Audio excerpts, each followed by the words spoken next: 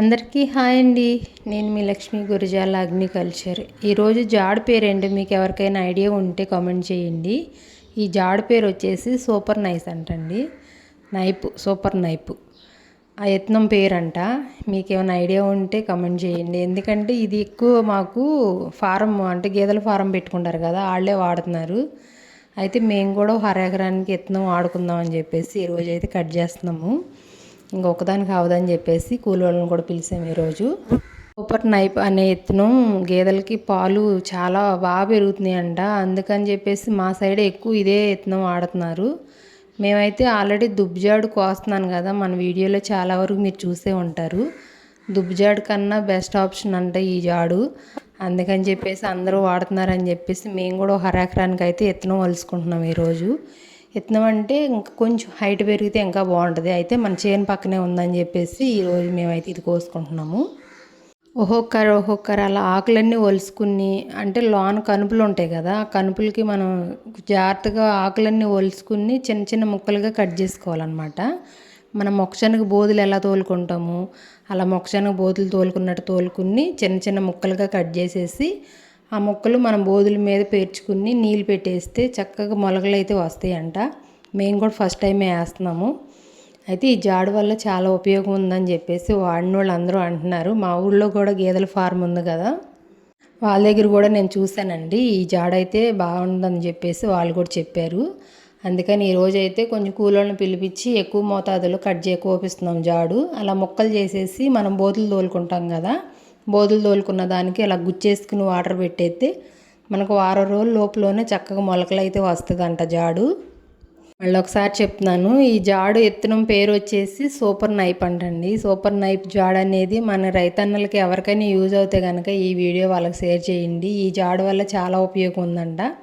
అయితే ఇప్పటి వరకు మేమేంటంటే మొక్కజొన్న సొప్పలో పోతు సొప్పు ఉంటుంది కదా, ఆ పోతు సొప్పు అనేది కట్ చేసేసి గేదెలకి ఆవులకి అయితే వేస్తున్నాము.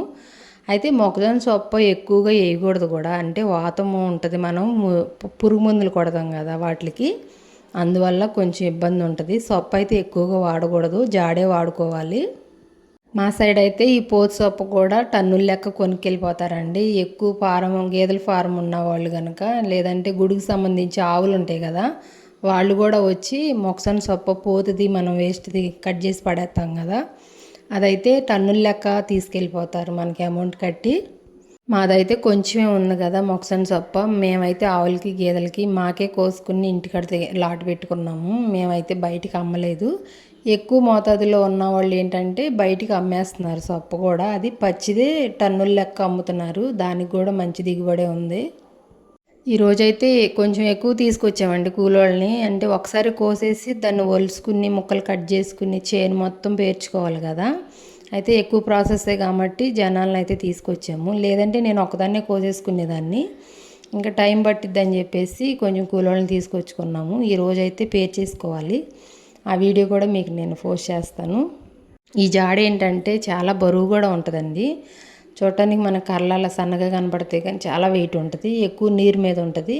ఇలా ఉండటం వల్లనే మనకి గేదెల పాలు కూడా ఎక్కువ దిగుబడి అనేది ఇస్తుందంట. ఇంకా చిన్న చిన్న కట్టలు అయితే కడదామని చెప్పేసి మన సంచులు ఉంటాయి కదా మొక్కజొన్న ముందు పోసిన సంచులు, ఆ సంచులు అయితే తాళ్ళలాగా కట్ చేసుకొచ్చాను. చిన్న పనులే 2 పనులు కడితే సరిపోతుందండి. ఇంకా మనం లేపడానికి కొంచెం కష్టం అయిపోతుంది. అందుకని ఆ కట్టలన్నీ సరే 2 కట్టలుగా చేర్చుకుని పిల్లలు మేపడం ఇంట్రెస్ట్ ఉందేమో కానీ వీటిని మేపడానికి మాత్రం చాలా కష్టం అండి. వ్యవసాయం కష్టమే, గేదెలు మేపడం కష్టమే. కాకపోతే ఏంటంటే మనం బయటికి వెళ్ళే అవసరం ఉండదు, మన పని మనకు సరిపోద్ది అనుకుంటాం కానీ కష్టపడాల్సిందే. కష్టపడింది ఏది అవ్వదు కదా. రోజు నేను కోసే జాడైతే అది దుబ్బు జాడండి. చాలా రోజులు అవుతుంది పోసి, ఇంకా పలసగా అయిపోయింది. ఇంకా అది కోసి కోసి ఎంత కోసినా మోపు అవ్వట్లేదు. ఇంకొద్దని చెప్పేసి దాన్ని దున్నేసి ఇలా ఈ ఇత్తనం అయితే పెట్టేసుకుందాం అని చెప్పేసి ఈరోజు అనుకుని తీసుకుంటున్నాము. దుబ్బు జాడు బాగానే వస్తుంది, బాగానే ఎదుగుద్ది కానీ ఊరికే పలసనైపోద్ది, చచ్చిపోద్ది అది.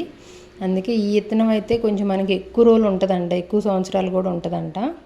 జనాలు ఎంత మారారు అనడానికి ఈరోజు మీకు ఒక ఉదాహరణ చెప్తానండి. మామూలుగా అయితే నేను అసలు ఛానల్ స్టార్ట్ చేసినప్పుడు ఏదైనా వీడియో తీస్తున్నప్పుడు పక్కన ఎవరన్నా ఉంటే అమ్మమ్మ తీబాకమ్మ మమ్మల్ని ఫోన్లో పెట్టేస్తావేమో తీబాక్ అనేవాళ్ళు.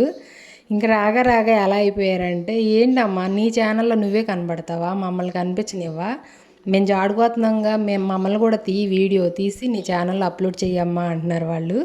మన ఛానల్ స్టార్ట్ చేసి సంవత్సరం అవుతుంది. సంవత్సరానికి ఇప్పటికి జనాల్లో ఎంత మార్పు వచ్చిందా అనిపించింది నాకైతే. ఇలా మారటమే కదా కావాల్సింది. అదేదో తప్పు అన్నట్టుగా ఒకప్పుడు అయ్యోయ్యో వద్దమ్మా వీడియో తీయొద్దమ్మా అనేవాళ్ళు. కానీ ఇప్పుడు వాళ్ళందరికీ వాళ్ళే నన్ను వీడియో తీయమ్మా అంటుంటే నాకు కూడా చాలా హ్యాపీగా అనిపించింది. కాలంతో పాటు మనం కూడా మారాలి కదండి, అంతే కదా. ఇంకా నేనైతే వాళ్ళు కోతున్నారు చిన్న చిన్న కట్టలుగా కట్టానండి. వీడియో నచ్చితే ప్లీజ్ సబ్స్క్రైబ్ చేసుకోవచ్చు కదా.